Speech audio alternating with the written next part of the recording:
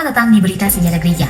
Saya Angelin akan menemani Anda dalam liputan khusus mengenai perkembangan perkabaran Injil dan gereja di Pulau Sulawesi. Bagaimana Injil pertama kali masuk ke Sulawesi, siapa saja tokoh yang berperan, bagaimana pengaruhnya terhadap kehidupan masyarakat, dan bagaimana gereja-gereja mandiri akhirnya berdiri di wilayah Sulawesi.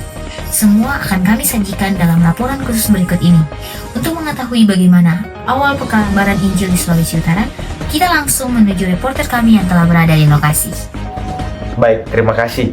Saya melaporkan dari Sulawesi Utara. Perkabaran Injil di Sulawesi Utara dimulai pada tahun 1563 ketika Pater Magil Hayes yang adalah seorang misionaris Katolik tiba di tanah Manado.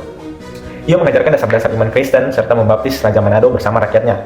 Peristiwa ini menjadi awal berkembangnya kekristenan di wilayah Minahasa dan Sangieta Laut. Keberhasilan penyebaran Injil didukung oleh para raja lokal seperti Raja Manado, Raja Siau, dan Gorontalo yang kemudian membuka wilayah mereka bagi pelayanan misi.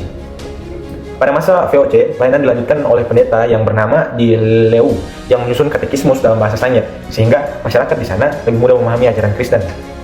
Tokoh-tokoh lain seperti A. van der Hadrets, J. Belksam, dan H. van der Ven kemudian berperan dalam membangun sekolah, melatih guru jemaat, meneliti bahasa daerah, serta memperkuat kehidupan gereja. Masuknya kekristenan di tanah Manado juga membawa perubahan sosial. Gereja mendirikan sekolah, mengajarkan membaca dan menulis, membuka pelayanan kesehatan, dan menggunakan bahasa daerah dalam pengajaran. Adat yang tidak bertentangan dengan iman tetap dipertahankan, sedangkan praktik penyembahan roh-roh dan kepercayaan lama mulai ditinggalkan. Demikian laporan saya. Terima kasih atas laporannya, Dirga. Perkabaran Injil di Sulawesi tidak hanya berhenti di wilayah Minahasa. Pelayanan kemudian terus meluas ke Kepulauan Sangieta Laut, Bolong-Mongondo, Gorontalo, hingga Bou Toli-Toli. Namun, perjalanan tersebut diwarnai berbagai tantangan yang harus dihadapi para pekabar Injil. Untuk mengetahui bagaimana perkembangan tersebut berlangsung, berikut laporan reporter kami yang ada di lapangan. Terima kasih Angel, saya akan melanjutkan laporan mengenai perkembangan perkabaran Injil di luar Minahasa. Perkembangan perkabaran Injil di luar Minahasa meliputi beberapa wilayah, yaitu wilayah Sangieta Laut, Bolong-Mongondo, Gorontalo, dan Bou Toli-Toli.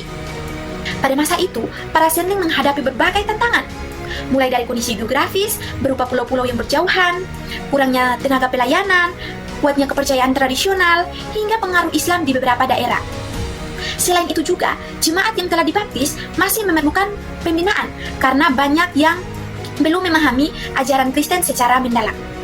Hambatan ekonomi dan terbatasnya dana pelayanan juga menjadi tantangan bagi para misionaris. Meskipun demikian, pelayanan terus berkembang melalui pemberitaan Injil, pendidikan, pembinaan guru jemaat, dan pelayanan sosial. Tokoh penting pada masa ini adalah E.T. Steller yang melayani di Manganitu selama 40 tahun. Ia mendirikan sekolah, menerjemahkan bahan pelajaran ke bahasa daerah, serta membina masyarakat perkebunan pelatihan yang dikenal sebagai gunung. Hasilnya sangat signifikan. Jumlah orang Kristen Sangieta Laut pada tahun 1855 sekitar 20.000 jiwa menjadi sekitar 121.000 jiwa pada tahun 1936. Perkembangan ini kemudian melahirkan gereja-gereja mandiri seperti Gereja Masih Injili Sangieta Laut, Gereja Masih Injili Bolong-Mongondo, Gereja Protestan Indonesia Gorontalo, dan Gereja Protestan Indonesia Bou Toli-Toli. Demikian laporan saya. Terima kasih. Kini kita beralih ke Sulawesi Tengah. Di wilayah ini, pendekatan perkabaran Injil dilakukan dengan cara yang berbeda, yaitu pemahaman budaya, pendidikan, dan pelayanan kesehatan. Mari kita simak laporannya. Terima kasih. Hingga akhir abad ke-19, masyarakat pedalaman Sulawesi Tengah masih memegang kepercayaan leluhur, sedangkan masyarakat pesisir sebagian besar telah memeluk agama Islam. Perubahan dimulai ketika Albert Christian Cruyff datang ke Poso pada tahun 1891 bersama Dr. Nicholas Adriani. Ia mempelajari bahasa dan budaya masyarakat setempat. Kemudian menerjemahkan Alkitab ke dalam bahasa Baree agar Injil lebih mudah dipahami. Berbeda dengan pendekatan yang konfrontatif, Cruyff memilih membangun hubungan dengan masyarakat melalui pendidikan, pelayanan kesehatan, dan penelitian budaya. Perkembangan besar terjadi setelah perubahan politik pada tahun 1905 sampai 1906.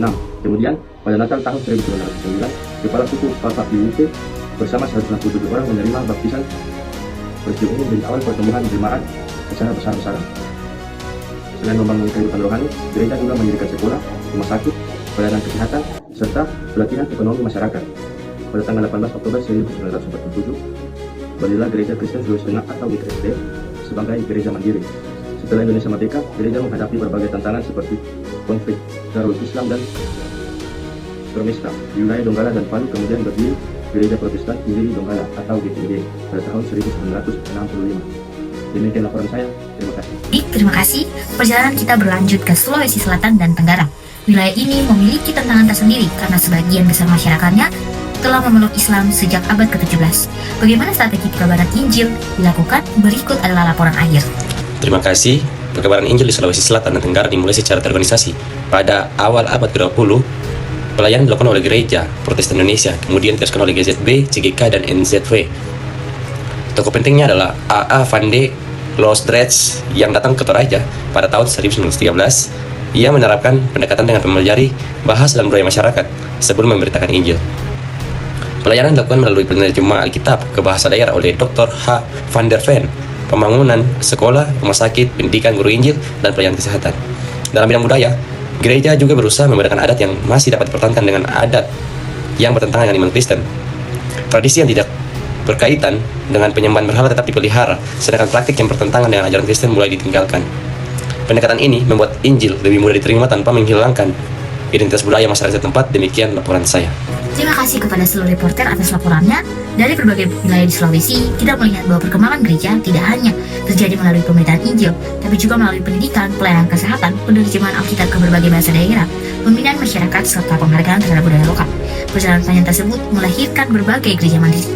Demikian liputan khusus terkait berita sejarah gereja kali ini. Saya, Angelin, beserta seluruh tim pamit undur diri. Sampai jumpa pada liputan selanjutnya. Selamat siang dan Tuhan memberkati.